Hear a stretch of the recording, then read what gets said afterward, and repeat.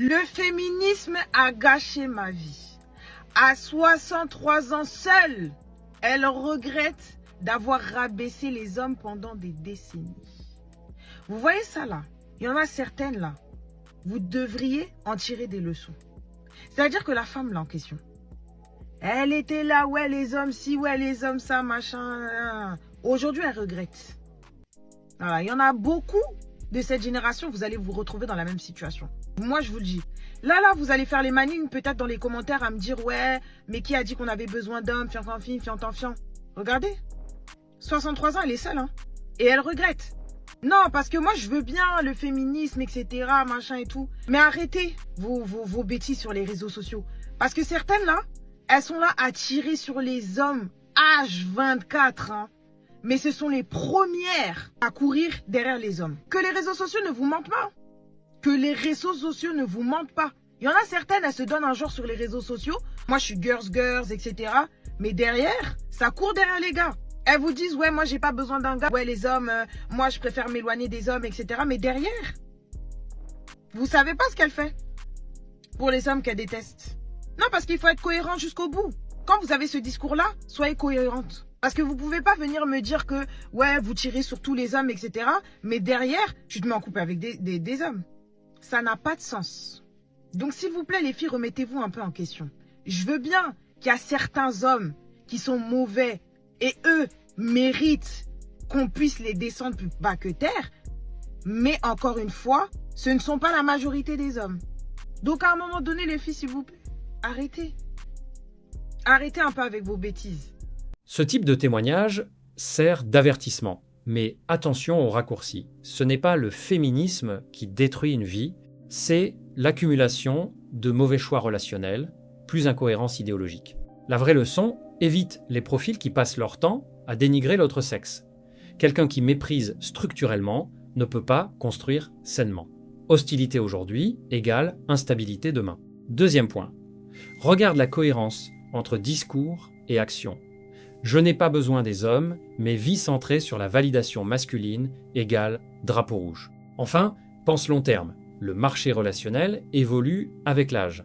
Choisis une partenaire capable de coopération, pas de confrontation permanente. Ma vie est tellement paisible depuis que je ne fréquente plus d'hommes. Je vais plus à des dates, je recale tout le monde, je mets des remis, je gosse et tout, parce qu'en fait j'ai la flemme. Après si c'est une femme, il n'y a pas de souci, vous pouvez aller dans mes DM, hein. Je dis pas non. Mais si c'est des mecs, genre je peux pas. Déjà tenir une conversation avec un homme aujourd'hui, je vais trouver 2-3 red flags dès le début, je vais être là, non. Il y a un truc qui va pas, le mec il me saoule, genre même si physiquement je peux le trouver beau, il y aura rien en fait derrière, il y aura rien. J'ai pas envie parce qu'à partir du moment où la personne c'est un homme, en fait, je sais déjà le vice derrière, en fait. Je vois toujours des trucs tous les jours et je me dis mais les hommes ils sont tellement mauvais avec les femmes et je peux pas en fait. Genre, je compte bien sûr les incels, les masculinistes pardon. Genre toute cette catégorie d'hommes déjà me fait peur, mais en plus genre même les hommes général à qui je parle dans la vraie vie.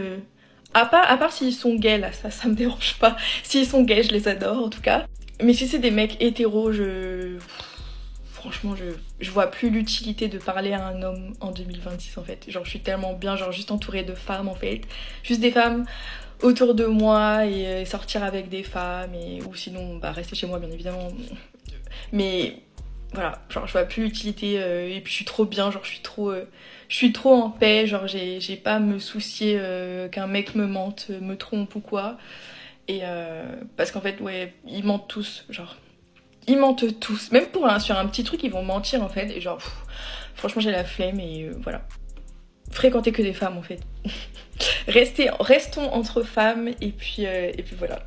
Ce discours est la manifestation pure de la fatigue décisionnelle et du retrait du marché relationnel. Quand une femme déclare ne plus voir l'utilité des hommes hétéros et préférer l'entre-soi, elle valide involontairement ta propre stratégie, l'indépendance absolue. Ne cherche jamais à convaincre ou à sauver une femme qui voit des red flags partout par anticipation. Son hypervigilance est devenue une pathologie sociale qui rend toute interaction saine impossible. Si elle te catégorise d'office comme menteur ou mauvais, le combat est perdu d'avance. Ta seule réponse doit être le silence et la poursuite de tes objectifs. Le retrait de ces profils du marché est une excellente nouvelle pour toi. Cela nettoie ton environnement des éléments instables et hostiles. Laisse-les entre elles. Un homme de valeur ne mendie pas l'attention de celles qui ont érigé le mépris en mode de vie. Ta paix intérieure ne doit jamais dépendre de la validation d'une personne qui a peur de ton existence même. Un homme qui ne dépense pas d'argent pour vous est un homme qui ne vous valorise pas. Et vous allez me dire, oui, mais il y a des hommes qui font très attention à leur argent, qui dépensent pas n'importe comment. Il y a des hommes qui font très attention à leur argent, mais ils sont passionnés par les voyages, et quand il s'agit de voyages, ils mettent le paquet. Il y en a qui sont passionnés par le sport, et quand il s'agit d'acheter du matériel pour faire de l'aérox ou de la course à pied, ils vont mettre le paquet. Donc quand un homme a une passion et a quelque chose auquel il tient, il met de l'argent dedans. Si il n'investit pas de l'argent en vous et il ne prend pas soin de vous, c'est qu'il n'est pas passionné par vous. C'est qu'il ne vous aime pas et qu'il pense que ce n'est pas utile d'investir en vous. Et la question qu'il faut réellement se poser, c'est... Oui, on ne veut pas forcément faire notre vie avec un homme riche, mais est-ce qu'on veut faire notre vie avec un homme radin? Et la réponse, c'est souvent non. Le narratif est clair. Ton argent est l'unité de mesure de ton intérêt. Elle compare l'investissement dans une femme à l'achat de matériel de sport ou à un voyage. C'est la définition même d'une relation transactionnelle où tu es le client et elle est le produit de luxe. La réalité stratégique. Un homme de valeur investit dans des actifs, pas dans des passifs émotionnels, qui exigent un paquet d'argent pour se sentir valorisé. Si elle conditionne son sentiment d'être aimé à tes dépenses, elle ne t'aime pas. Elle aime ton utilité financière. Ne sois pas le pigeon passionné. Ton argent doit servir à bâtir ton empire, pas à acheter une validation temporaire. Un homme qui dépense sans compter pour prouver son amour perd instantanément son respect et son pouvoir. Garde tes ressources pour ce qui fructifie. Si elle te traite de radin parce que tu refuses d'être son distributeur automatique, c'est qu'elle n'a rien d'autre à offrir que sa présence tarifée. Du coup, j'ai cru entendre et comprendre que tous les jeunes de 29 ans vont recevoir un message sur leur téléphone leur disant que, attendez, qu'il faut avoir un bébé, qu'il faut faire des enfants, plan natalité, contre l'infertilité. Donc je ne sais pas si c'est aux jeunes entiers qu'on s'adresse, mais lorsqu'un paquet de couches en Guadeloupe coûte 61 € Pampers, désolé. Je vois pas en fait à quelle heure que vous demandez que vous vous permettez de faire des plans relance. 61 € les couches Pampers. 61 €. Peu importe le nombre qu'il y a, 61 €. Voilà. Donc, déjà, deux choses. Vous allez arrêter de me faire croire que les dom-toms font vraiment partie de la France et que c'est plus vu comme une colonie française parce que vu comment la métropole s'en charge, c'est presque honteux, premièrement. Et deuxièmement, je ferai des enfants à titre personnel le jour où on retrouvera les mêmes prix dans les Antilles et dans les territoires d'outre-mer de la France, qui se vantent d'avoir le plus grand territoire d'outre-mer du monde, que en métropole. Voilà. Le jour où on pourra faire avec un billet de 20 les mêmes courses en France à Lidl que à Lidl là-bas en Guadeloupe, en Martinique et j'en passe, là peut-être que je songerai à faire des enfants. Et encore, je te parle même pas des galères de l'eau parce que personne n'en parle là. Tout le monde vous parle de la guerre, etc., mais personne ne parle de ça. Voilà. Par exemple. Ok. Donc on parle de quoi? Taille 6, 74 couches, là c'est 46 couches. Et si vous regardez bien, Pampers Baby Dry Maxi taille 6, 74 couches, 61 €. Vous savez que 74 couches à 61 €, c'est presque 1 € la couche. Je sais pas si... Voilà, après peut-être c'est moi le fou de la gare, Peut-être que c'est moi, encore une fois, le fou de la gare et que c'est normal dans ce monde d'accepter que un pays comme la France, parce que oui, jusqu'à preuve du contraire, la Guadeloupe ou les Antilles ou les dom-toms, mais ça s'appelle département d'outre-mer, mais c'est français, oui, voilà, ça va vous choquer, mais c'est la réalité. Et qu'en France, il y a des couches qui coûtent 61 €. Et vous allez me demander de faire des gosses alors que j'ai pas de taf et que le prix pour entretenir un enfant entre 0 et 5 ans explose toutes les réserves d'économie que j'ai dans mon compte. Alors qu'en métropole, alors qu'en France, le paquet de couches ne dépasse pas 20 €. Ici. Et pour tous ceux qui vont me dire, oui, mais le prix des couches en France, c'est cher aussi. Oui, métropolitaine, c'est cher. Mais tu vois, 94 couches, chez Carrefour, c'est 34 balles. Là, j'ai regardé, c'est 34 €. 34 € les 94 couches. Elle paye le double pour avoir moins. Peut-être c'est pas le même pays, peut-être on s'est trompé quelque part. On a 29 €, taille 4, 62 couches, 30 €. 30 €. Désolé, au bout d'un moment, il faut remettre les choses dans leur contexte. Regardez-moi ça. Ici, on a taille 4, 30 couches, 18 €. 20 € 30 couches. Qu'est-ce qu'on a encore? Le plus petit paquet à 22 couches. Taille 6, allez, 14 €. Ça va encore. Et encore, je suis allé vérifier. Pour le coup, les prix en métropole sont à peu près similaires.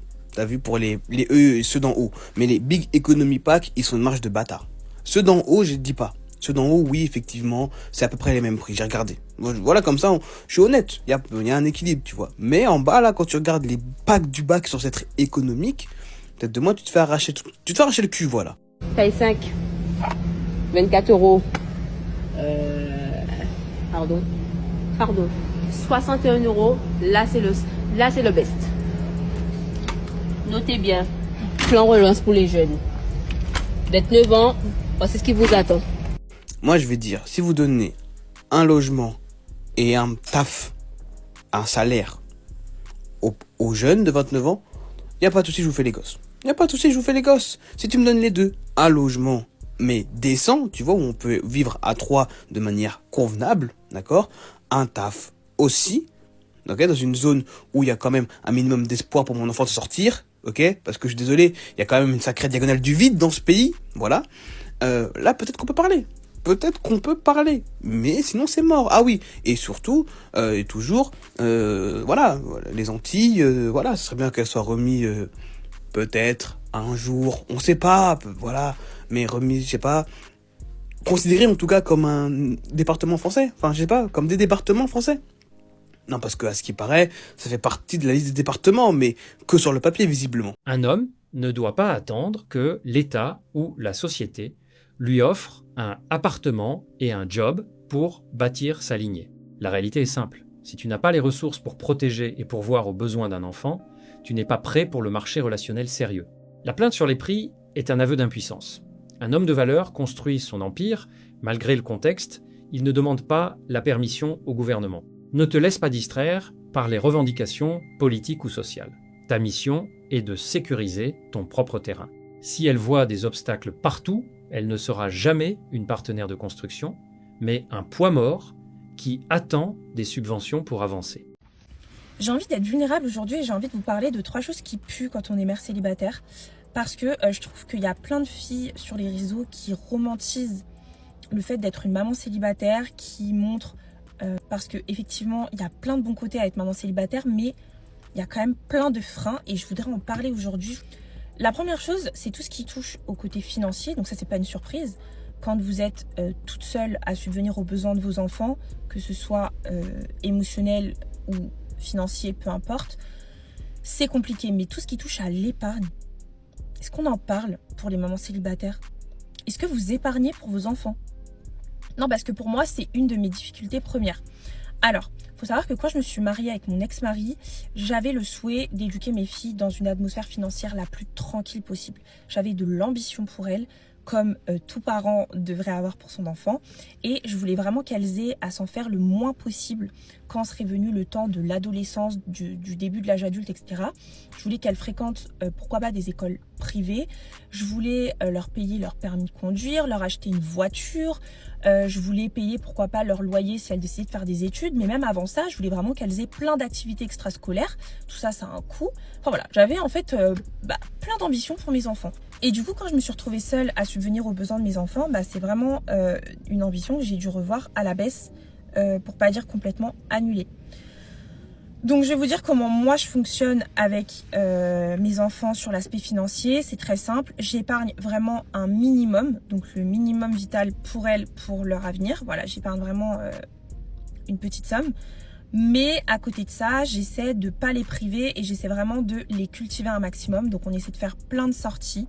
Moi, ma maman, j'ai de la chance, elle est bibliothécaire, donc elle est hyper cultivée. Du coup, elle les sort énormément aussi. C'est vraiment un plus. Mais moi, j'essaie de les sortir le plus possible de mon côté.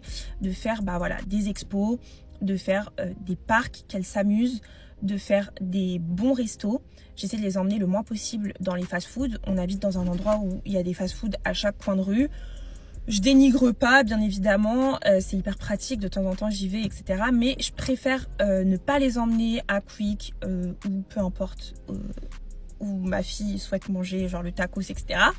Je les emmène le moins possible là-bas pour après, une fois tous les mois, 2 mois, 3 mois, ça dépend, faire un bon resto. Et comme ça, elles voient des choses qu'elles n'ont pas forcément l'habitude de voir. Et moi, je fonctionne comme ça, vraiment. J'essaie de ne pas les priver. Donc, on voyage de temps en temps aussi. J'essaie de les faire voyager quand je peux. En tout cas, on part en vacances un maximum. Et je me dis que l'argent, bah, ça va, ça vient. Les statistiques sont pas une fatalité.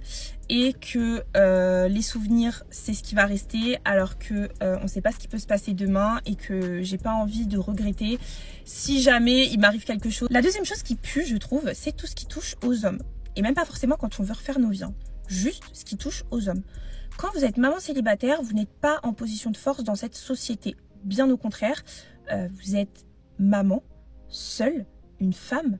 Donc déjà que les femmes sont pas en position de force, mais en plus quand on a des enfants et qu'on a une charge mentale de fou, etc., on devient hyper fragile émotionnellement. Et il y a 2 solutions. Il y a les femmes qui se ferment et qui refusent de voir l'option de refaire leur vie ou de fréquenter quelqu'un, ce que je peux complètement comprendre. Et il y a les femmes qui vont s'ouvrir un petit peu plus. Mais ce qu'il faut savoir, c'est que quand vous êtes mère célibataire, vous attirez des prédateurs. Des hommes qui sont des prédateurs et qui vont profiter de votre faiblesse, de votre position pour profiter de tout ce que vous avez à donner, que ce soit de votre corps, de votre argent, de votre toit, voilà, de tout en fait. Voilà, ils vont essayer de profiter de tout et c'est hyper compliqué de faire le tri. Donc moi, je vais vous expliquer comment je gère ça. C'est extrêmement simple. Il faut être systématiquement dans l'hypervigilance. Et ça, c'est pas du tout la bonne solution à la base parce que l'hypervigilance, ça fait que il n'y a pas de place pour la spontanéité. Mais malheureusement, c'est comme ça. Il faut être systématiquement vigilante et surtout être hyper clair sur nos besoins. C'est-à-dire qu'il n'y a pas de place pour le peut-être. Voilà, pour toutes les femmes qui ne souhaitent pas fréquenter, etc. et qui souhaitent refaire leur vie, vraiment ne laissez pas de place au peut-être, exprimez vos besoins directement et la personne avec qui ça collera, c'est une personne qui sera d'accord avec ce que vous lui avez dit, tous les autres c'est à la poubelle et voilà, faites attention à vous.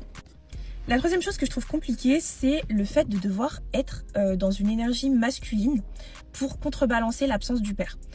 Donc moi à la base, je suis une femme, je suis une princesse littéralement. Et là, parfois, il faut que j'ajuste mon énergie pour être dans une énergie qui soit masculine et jouer le rôle du père.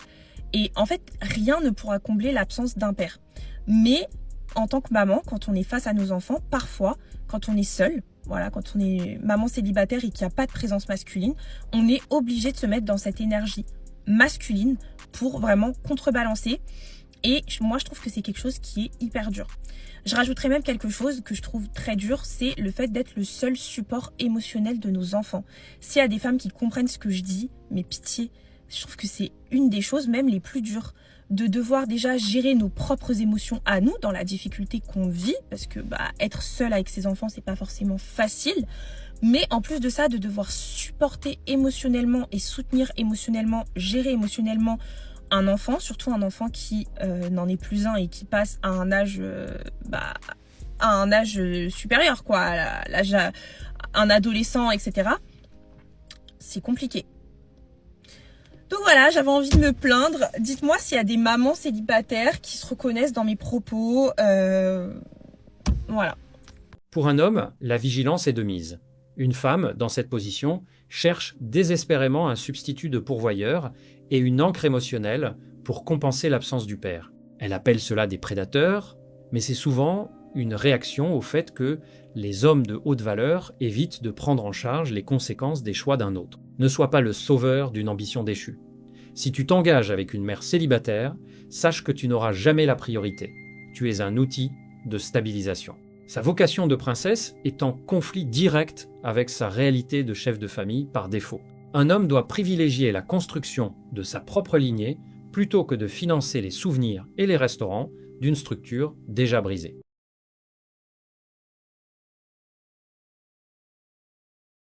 Si cette analyse t'a parlé, alors ne bouge pas. La vidéo qui s'affiche à l'écran en ce moment va sûrement te plaire. Clique dessus maintenant pour ne pas rater la suite. Reste lucide, on se retrouve de l'autre côté.